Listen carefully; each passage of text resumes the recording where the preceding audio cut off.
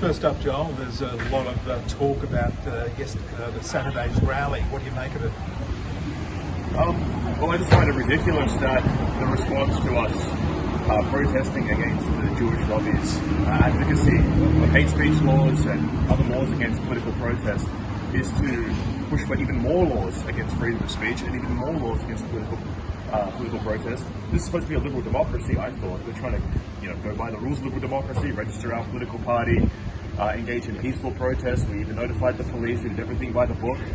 And that's what you have in a free society. You have difference of opinion. So why can't we express our opinions like everybody else?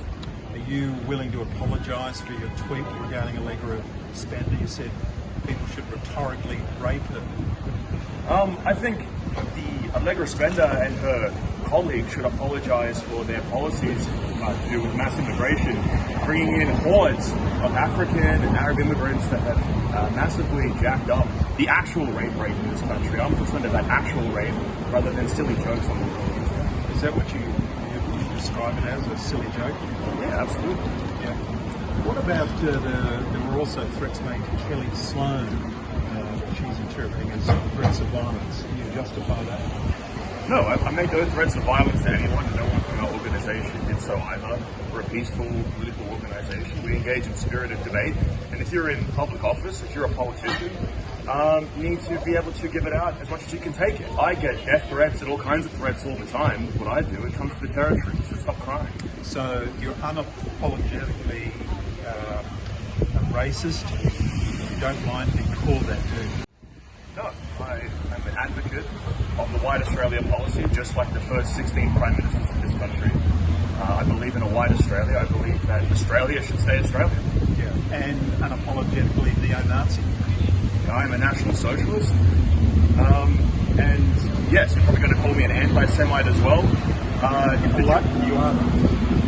I don't believe that the Jews should be able to organise as an ethnic group and have a say as an ethnic group over our political process and throw their weight around. Our politicians, our government officials seem to care more about what offends Jews than what offends Australians. I think the Australian government should have one loyalty to the Australian people.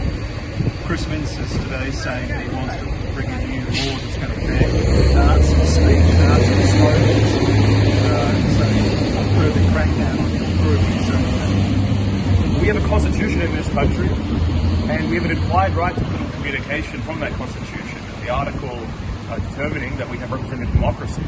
The implication is that we have the freedom to politically communicate, no matter how offensive your speech might be deemed by another member of society. The High Court has always upheld it when it's been challenged. Recently, there were laws struck down that Chris Minns' government passed under the behest of pressure from the Jewish lobby earlier this year against political protest in religious buildings. That was struck down by the New South Wales Supreme Court. So Chris Minns has a track record of trying to make unconstitutional laws and to rip apart the fabric of liberal democracy. He has no respect for the Constitution, no respect for the institutions that have governed this country since Federation. So we will fight. If he wants to pass ridiculous, unconstitutional laws against freedom of speech, we will fight him in the courts and we will win. Joel, just lastly, returning to that Allegra Spender comment, don't you understand, though, that the sense of intimidation using the word rape would impart in a message that you actually sent out? I have no interest in raping anybody, particularly not Allegra Spender. But don't you realise that it's rhetorical? It's rhetorical. I said rhetorical. People should engage in spirited rhetoric. In a democracy, we should debate ideas hotly. These are very important. This is about the freedom of speech and the future of our nation. It's very important. Using the word rape. Okay, we can bicker over the use of the word, but like I said, I'm more concerned about actual rape. This government has gone way, and all the parties, basically, all the major parties are responsible for this and complicit in this, are way too soft on actual rape. Every day you hear about another story of a migrant engaging in a rape against an Australian citizen, and they get a slap on the wrist. They get out 5 years jail. They should never get out of jail. If you rape someone, you should stay in jail forever.